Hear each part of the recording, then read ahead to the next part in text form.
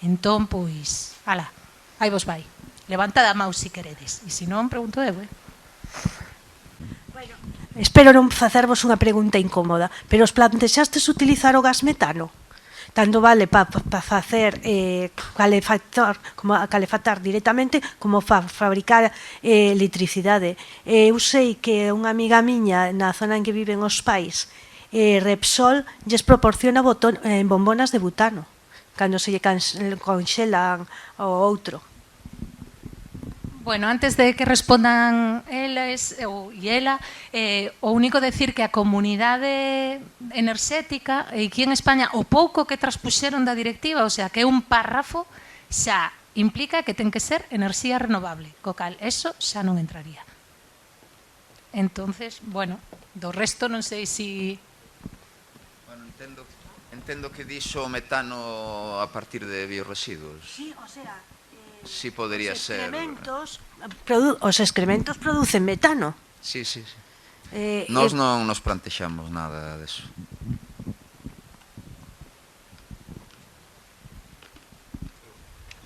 Sí, iso entra dentro da capacidade de cada comunidade de montes. Se algunha se dedica a gandaría, pois sí que podería ser unha solución.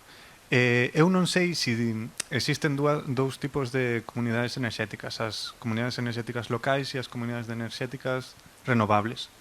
E as locais non sei se admiten enerxías que non sexan renovables. Eu creo que hai unha pequena fenda por aí que pode entrar. Pero bueno, sí que coñezo algún proxecto, por exemplo, en Ponteareas, sí que están levando a cabo unha captación de biogás, pero sí, é unha opción, mas para distribuir ese butano creo que se queda difícil. É unha idea, o importante é ter ideas e intentar leválas a cabo. Sí, o compañero de Buchabade. Cal sería o inicio? vale, espera.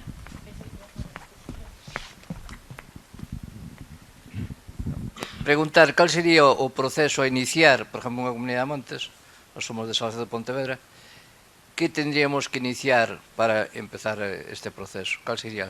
Porque, bueno, aquí xa se comentou, pero bueno, vin que hai varias fórmulas. En todo caso, aí se falaba de encargar un estudio ou facer reunións, o sea, en principio, hai, tan que parece que hai xa un avance, hai bastante descoñecemento en moitas comunidades. Na nosa, pois temos interés en isto e queríamos empezar. E cales son os pasos primeiros que tendría que dar unha comunidade para iso? Bueno, outra cousiña que tamén son tamén da comunidade de Salcedo. A nosa comunidade ocupa un territorio moi amplio, non? Hai un límite máximo para poder beneficiarse da comunidade enerxética. Falas de un territorio amplio da comunidade de montes. Claro, correcto. Ah, sí. Bueno, empezando polos pasos, eu podoche decir os pasos que fixemos nós, un pouco dos que eu vin por aí, pero tamén hai un pouco de lógica nos pasos que tes que dar, non? É un proxecto comunal, social, polo tanto terás que ter un acordo, tes que ter unha asamblea coa que decides facer algo, na que decides financiar ou investir uns recursos aí. Despois hai que ver a viabilidade técnica, canto pode custar, onde se pode poñer, cales son os mellores lugares, cal é a enerxía máis favorable para eso.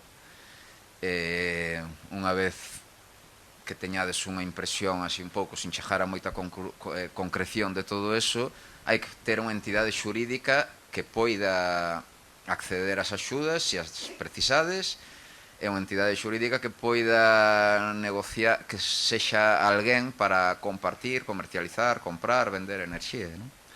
Esa entidade xurídica que de momento non pode ser a Comunidade de Montes sería o que no noso caso é a cooperativa, e que no voso caso podedes facer outro tipo de entidade xurídica, se quixerades facela, que podría ser unha asociación, podría ser unha cooperativa, podría ser unha fundación, como o caso de Evans, que falou antes, ou podería ser tamén unha sociedade limitada, pero en voso caso non ten moito sentido eso. A miña pregunta era, o inicio simplemente, por exemplo, habría que fazer unha asamblea, en principio, pero incluso antes da asamblea, para levar a asamblea tens que levar algo. Sí. E entonces, claro, aí un pouco vale, xa. esa información previa A información para previa, dar na asamblea, sí. para iniciar o proceso. Outro, máis ou menos, témolo claro porque o explicastes perfectamente. O que pasa é que entendo, todavía hai sí. algo anterior que ti o Sí. dixeches aí falaches dun estudio encargado a unha asesoría ou Sí, o que sí, fora, sí, sí. mirar os terreos, se son indicados ou non, se a Sí, comunidade cede os terrenos. Eu agora me enterei no último que se poden instalar en naves particulares, por exemplo, Sí. con convenios. Bueno, esas Nas cousas un cubertas. pouco son as que pues dan pé a ter máis facilidade para empezar, vamos. Home, sí, teríades Outro que... máis ou menos témolo claro, o sea, xa. Teríades que ver ali vos que tedes, levar a asamblea algo un pouquiño concreto, dependendo dos recursos que queirades dedicar aí. Decir, hai a posibilidade de facer isto, compartir, por exemplo, normalmente a maioría das comunidades estamos empezando por autoconsumo compartido, non para vender enerxía, sino para consumir no instante en que é producida enerxía polos veciños. A maioría estamos empezando por aí, non hai por que empezar por aí, pero parece o máis doado e o máis rentable, non? E tamén a maioría estámoslo facendo con fotovoltaica, tamén parece o máis doado e o máis factible, financieiramente tamén o máis posible, non? Entón, tedes que darlle unha radiografía aos veciños do que vai supoñer eso, que beneficios van ter. O beneficio inmediato que vades ter é unha reducción da factura eléctrica, dependendo de canto poñades e dependendo cada veciño do uso da enerxía que faga, non? Entón, en principio, por aí todo o mundo se verá contento, ten un interés económico inmediato, non? Pero, por outro lado, a comunidade enerxética ten que ser un vehículo para a transición enerxética, que non pode quedarse ou non debería quedarse só aí, e a comunidade enerxética ten que velar tamén por unha que no caso das comunidades de montes vai no facer xa intrínsecamente, porque o proxecto da nosa comunidade de montes dalle 1,3 kilovatios ás familias moi ricas que hai algunha no noso pobo, pero igual lle dá a familias máis pobres. Entón é unha maneira equitativa de repartir, non? Incluso de cara aos proxectos de desenrolo futuros, hai que pensar que as familias que menos gastan deberían de ir a máis gasto e as outras a menos, non? Pero para empezar, eso. E a outra pregunta túa era da superficie. Ese veciño que se beneficia. Sí. Cale a distancia ao punto de producción, entendo, Sí. porque hasta onde se chega, non? O que hai escrito agora creo que son 500 metros, pero poden estar en 1000. Sí, nese aspecto, un dos problemas que tivemos nós e que ten o rural galego é que a normativa antes só deixaba consumir colectivamente a 500 metros, pero hai un mes aprobouse que se aumentaba a 2 kilómetros. E estamos en 2 kilómetros xa escritos actualmente. Podría ser máis, hai países nos que hai máis, pero bueno, pouco a pouco, isto é cuestión.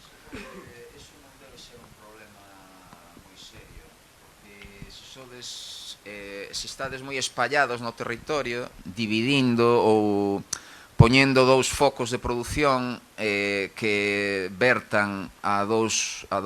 Se hai moito territorio espallado, ten que haber máis dun transformador. Entón, se vertedes a dous transformadores, é posible arranxar iso. E cando eran 500 metros, nós tiñamos ese problema, e o noso técnico, do cal nos fiamos moito, e que hoxe non está aquí, pero decíanos que non é un problema, non iba a ser un problema tampouco que algunha casa quedara fora da distancia, porque hai maneiras virtuais, como todo hoxe en día, de arranxar iso coas comercializadoras. Vale? Entón, non é, creo que non é, hai outros obstáculos peores que ese, tal vez. En Couso tamén están facendo un proxecto de comunidade enerxética e van utilizar distintos transformadores e van a por distintas instalacións, 3 de feito, se non lo queres contar, Antón, encantadas de escoitarte.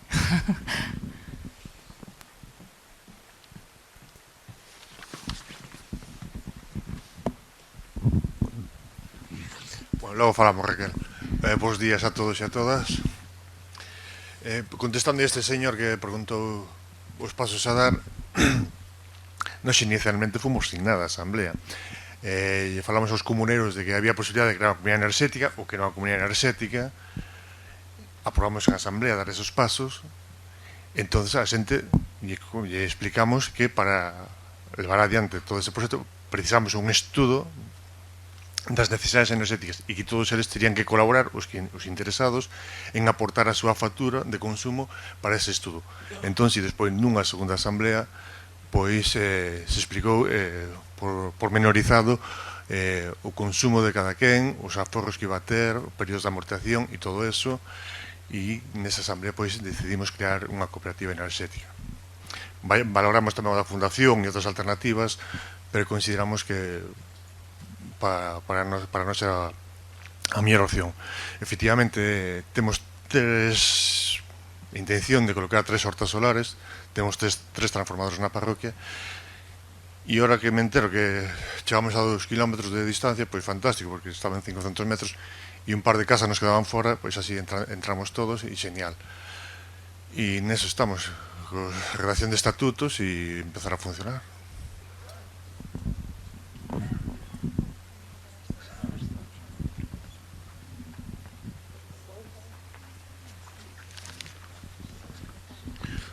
Bos días. Eu teño unha pregunta e antes quería facer unha pequena precisión. Isto dos 2.000 metros son 2.000 metros non sempre cando a instalación non este na terra. Se está na terra, seguen a ser 500 metros.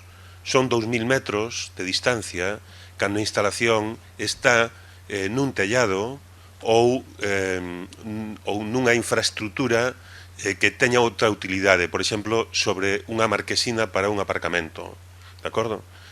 Se non son 500 metros. Podes poñer un exemplo dun proxecto que este na terra? A que te refieres? Un proxecto que as placas estén sobre a superficie, sobre a terra, sobre a... Postas literalmente sobre o chan. Sí, a ver, cunha pequena estrutura, pero que non ten un uso por debaixo, sabes?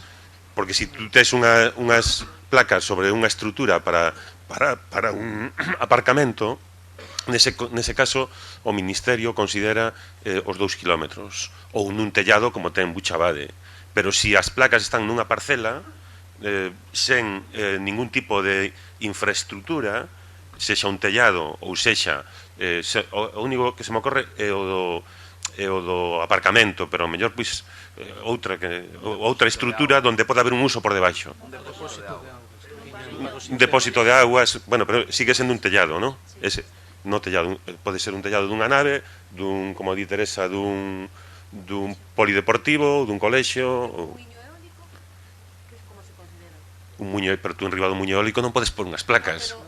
Non, pero é que a xeración é eólica, non é...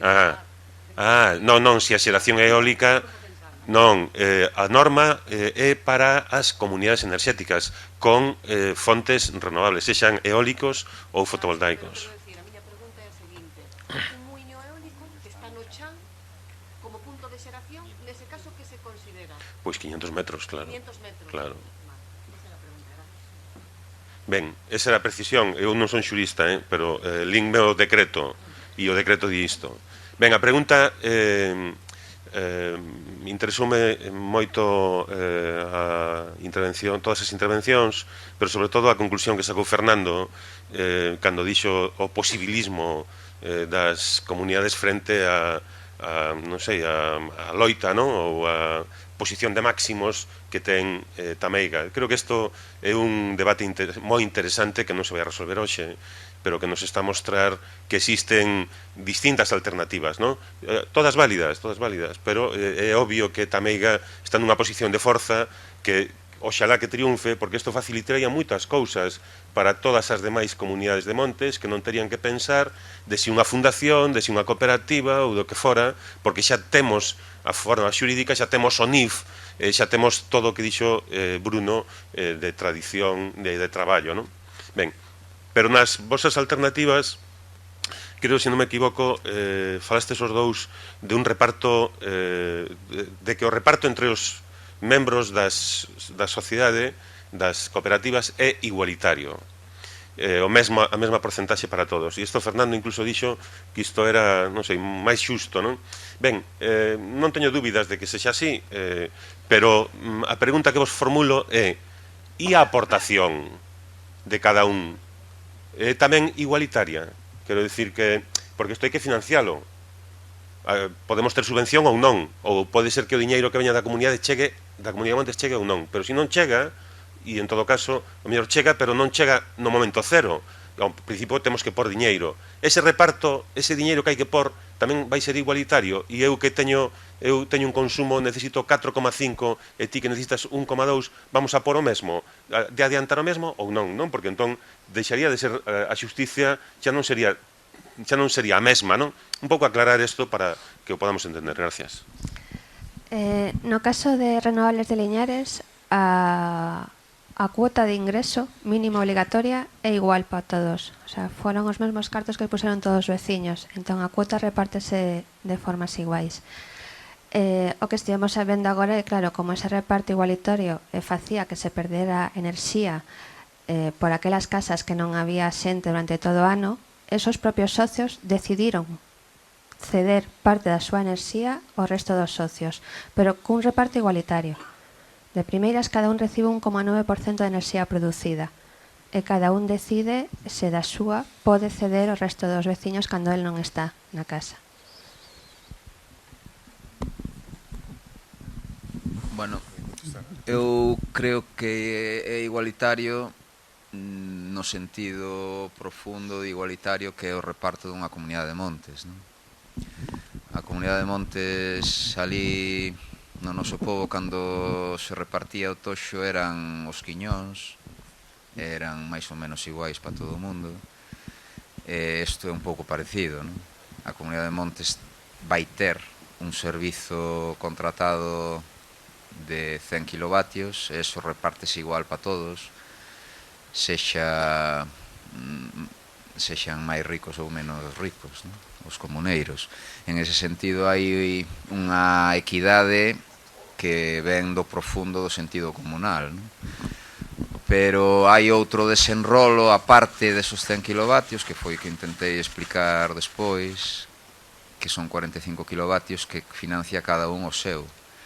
O que non ten cartos para financiar ese pouco máis, se lle fixeran falta, non lle vai a financiar a comunidade de montes. Non podemos facer eso en principio desde a comunidade de montes, darlle un pouco máis ao máis necesitado, non?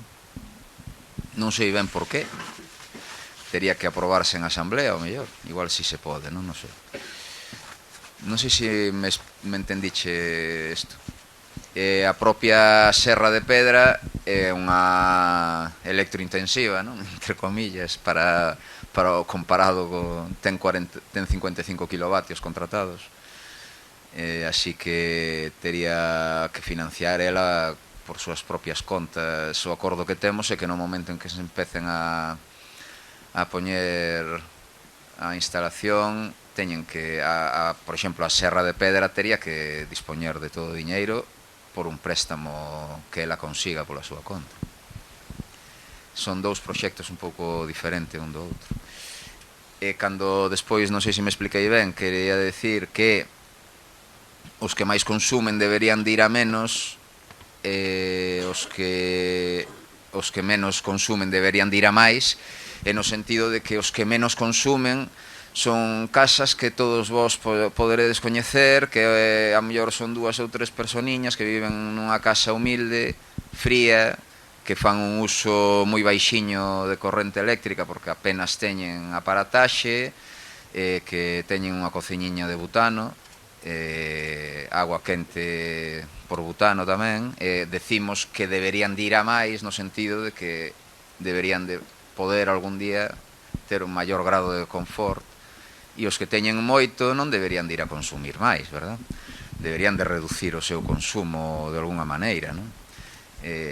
Porque senón as comunidades enerxéticas ou a transición enerxética vai a ser inxusta, non? Porque se as placas fotovoltaicas van a servir para reducir a factura dos que xa teñen un mogollón, o que van a facer é seguir consumindo máis, non? Digo eu, que debe de suceder eso, non? Como económicos que somos, non? Non sei se no proxecto de Liñares, que está tamén metido o Concello, si ten previsto destinar parte para vivenda social e vivenda protexida. No caso de Liñares, o Concello incorpora esa cooperativa porque ten unha escola unitaria que a usa como vivenda social.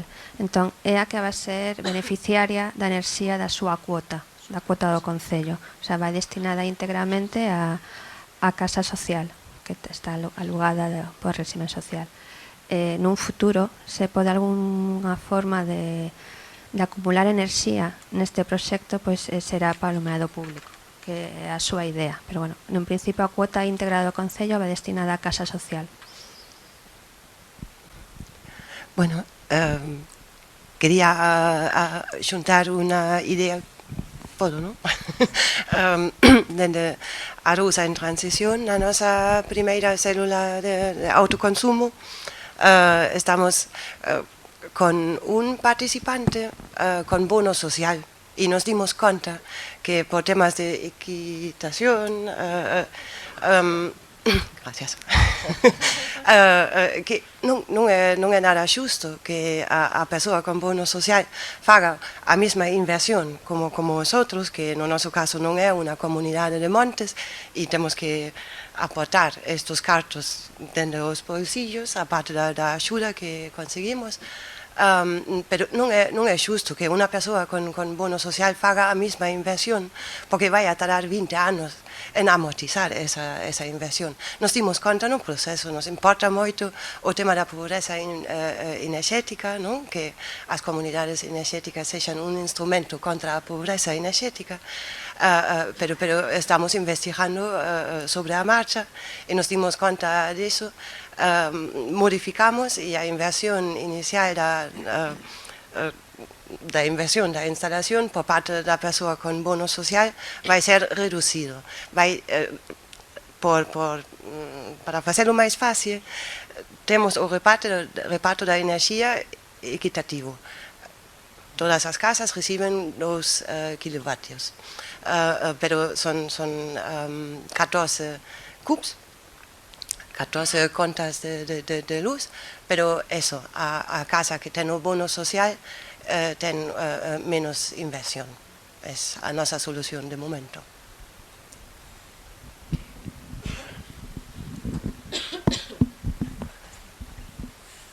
Buenos días. Una duda que tengo yo. Esto que estamos hablando de la energía tal, ¿quedaremos desvinculados de lo que es Fenosa? ¿O si necesitas consumo a mayores porque no llegas, como llaman ahora, no tendrías ese consumo?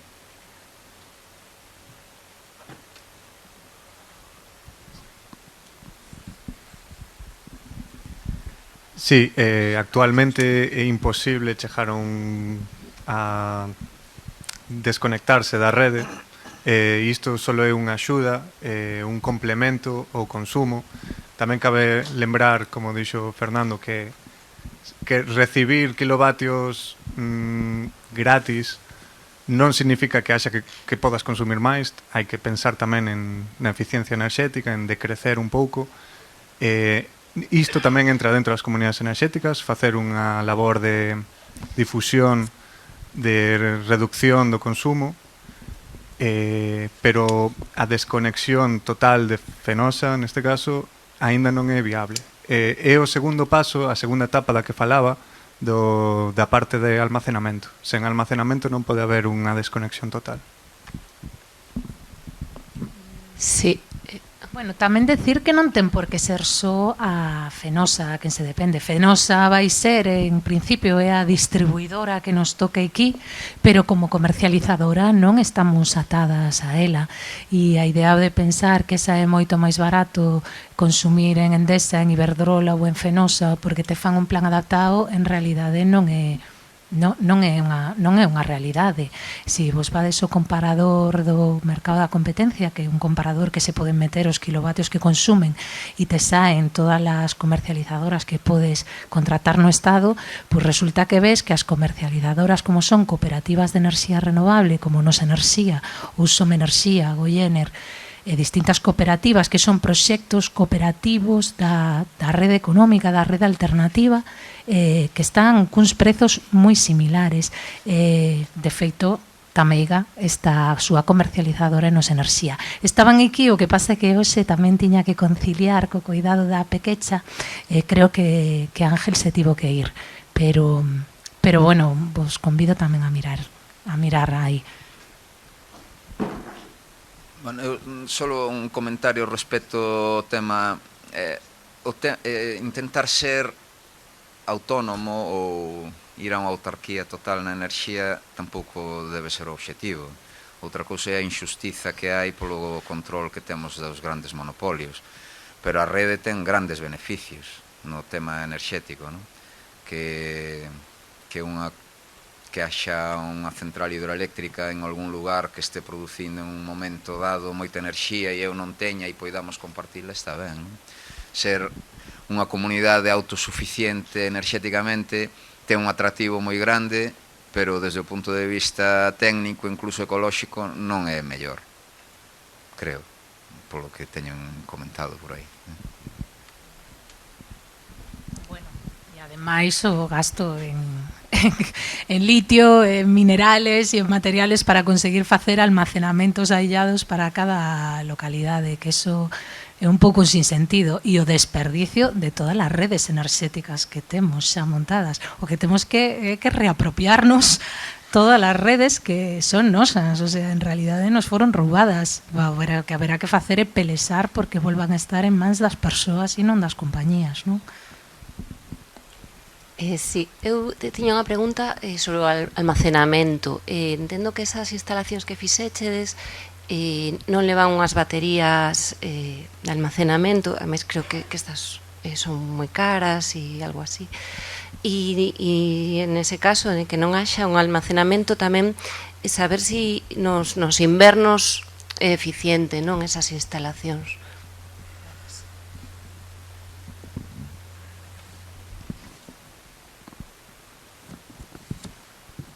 Sí, o almacenamento físico mediante baterías químicas aínda non é moi viable económicamente, solo é viable en casos de consumos nocturnos moi altos, pero as baterías eléctricas están máis pensadas a modo local en casas. O que hai que buscar é un almacenamento maior e moito máis ecosostible, que podería ser, no noso caso, estamos pensando en depósitos de auga. Como a nosa comunidade de montes ten desnivel, pois aproveitar esas cousas mediante un depósito arriba e un depósito abaixo, turbinar esa auga en nos momentos de picos de renovables que nos sobren excedentes, bombeala para arriba, e esa sería a batería máis eco-friendly posible. Hai outros tipos de almacenamento mediante elevación de peso por altura e, bueno, hai varias opcións que ainda non están moi avanzadas, pero a medida que pase o tempo van a ir aparecendo. As baterías de litio non son unha opción moi viable, ainda que as queran vender. O tema do hidróxeno verde tamén podría ser un tipo de almacenamento, bombas de presión e bueno, hai diferentes solucións, pero aínda non están desenvoltas. Mirade, vos convido agora que facemos un altillo, non altillo, porque vamos a estar todas xuntas. Temos aí... Ai, por favor. Pois nada, pechamos, mira, que non sabía. Pechamos agora con este e logo nos vamos a tomar un cafeciño que podemos seguir falando un pouco todas e podedes achegarvos a facer distintas cousas. Sí, rápido, pero que algunha cousa casi se falou, pero solo por curiosidade, porque estamos tamén traballando en este tema. Entonces, hai dúas cousas que a nos chama a atención. Unha é a Buchabade. Por que non explorachedes, ou si xa o sabes, modís, a posibilidade de establecer a comunidade enerxética a través da comunidade de augas que tendes? Nós estamos intentando incorporar a comunidade enerxética á propia comunidade de augas, é dicir, aí temos o 100% do povo pertenece á comunidade de augas, non hai nadie que non este, é dicir, hai incluso máis abonados que veciños. Por lo tanto, vamos a incorporar, a nosa idea é que sea a comunidade de augas a que incorpora a comunidade enerxética, e a forma xurídica que vamos a intentar utilizar, o que estamos intentando utilizar, é precisamente esa, por si tuveras algunha experiencia negativa que a nos axude a non meter ese erro, non? Pero estamos traballando en esa dirección. E a segunda das cuestións era relacionada ca inversión, non? Que cada un ten que facer. Nos estamos explorando o seguinte. Claro, facer un lineal, efectivamente así, facer unha distribución por potencia contratada sería outra posibilidad, directo ou inversamente proporcional por potencia contratada, e facer en función do directo ou inversamente proporcional ao consumo, pois tamén sería outra opción.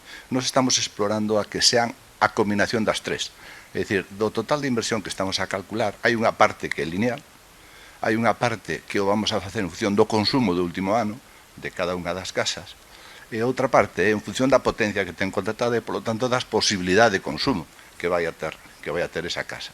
Con eso, o que nos fai, primeiro, dimensionar a necesidade da instalación e o segundo, axustar bastante ben o que é, digamos, a distribución da inversión do costo, e que cada un ten capacidade de analizar canto é o seu hipotético aforro, non? Porque, claro, son as claves, están sempre no consumo, e como estamos a falar de fotovoltaica, pois é no consumo das horas, do que estás consumindo é dentro das horas que se produce, non? Que son as horas do día, non? E despois, casi saliu aí a resposta, que era a última que eu necesitaba, era si os de Tamega había desavanzado na posibilidade de almacenamiento en cada unha das casas, é dicir, como un segundo proxecto. O primeiro é a produción, o uso, e hai un segundo que é a posibilidade de que ti instales pola túa propia vontade baterías na túa casa de tal forma que si ti eres unha persona que traballas fora e polo día non estás e polo tanto casi non consumes, que poidas incorporarte a este proxecto porque vas a ter posibilidades de trasladar o consumo. Sempre, fíjate, como unha inversión complementaria e individual de cada un, que efectivamente é costosa, pero que tamén é calculable en función de o que cada un poida consumir. Entón, serán unha comunidade pola experiencia e outra as baterías.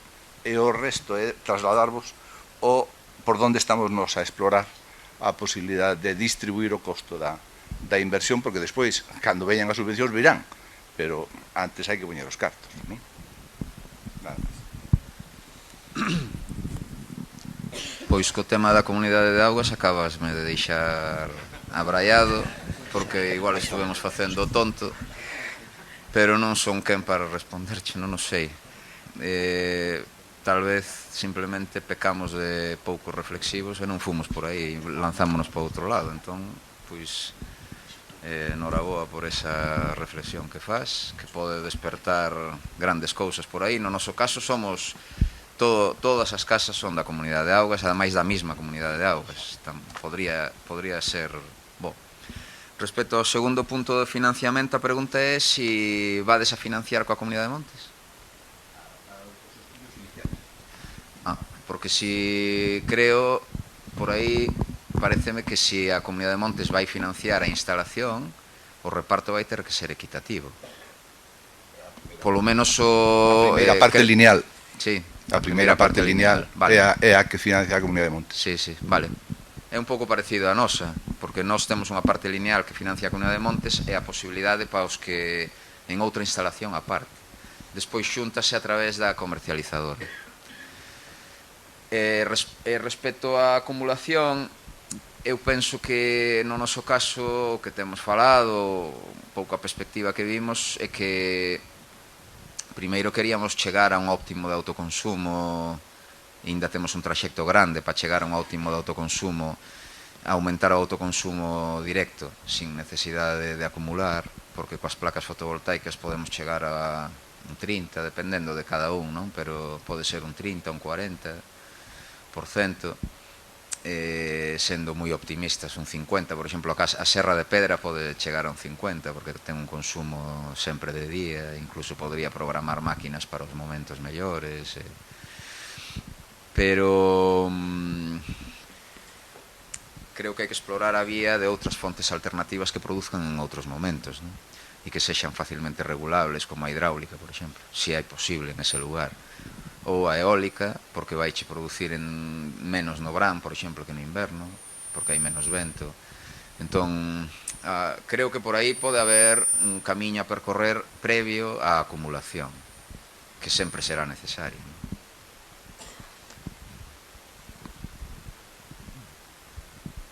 Sí, pareceronme moi bons pensamentos. O tema do almacenamento é boa idea, individualizalo a cada casa, todo depende. Todo depende do consumo da casa, se é máis nocturno. Tamén depende da comercializadora. No noso caso, con Nosa Enerxía, pois estamos pensando no tema das baterías virtuais, que implican unha acumulación dos teus excedentes sin o uso de baterías, que as baterías teñen un problema, que só teñen 10 anos de vida, ben utilizadas, 8 mal utilizadas, e ao final da súa vida útil, pois a reciclaxe non é fácil. Entón, sí, ten un beneficio económico para as persoas, pero non sei se será un bo beneficio medioambiental a longo prazo. Entón, eu creo que as baterías virtuais ben xestionadas, no caso de Nosa Enerxía, a nos ofrécenos 18 céntimos por kilovatio, que é moito máis que o que te ofrecen as grandes, que andan sobre entre 8 e 11 e dá grazas. Entón, o interesante sería chegar a falar con comercializadoras ecosociables e chegar a solucións que non pasen polas baterías físicas. Pero bueno, é unha boa idea e seguramente haxa casas que sí que o precisen, que teñan uso, como no noso centro pasa iso. Sí que pode chegar a considerarse porque pola noite hai un consumo que unha batería podería solucionar. Pero sempre hai que intentar ver antes das baterías de litio outro tipo de almacenamento. Pois moitas gracias, Patricia me está dicindo que corte ya de una. Non podemos seguir falando, vamos a hacer esta. Hai moitas mans, sinto moito, algúns que xa pedistes, pero no, é que se non estaríamos eternamente aquí. Hai un espacio de café aí fora, é dicir que agora veredes aí á dereita, entonces aí podes seguir abordando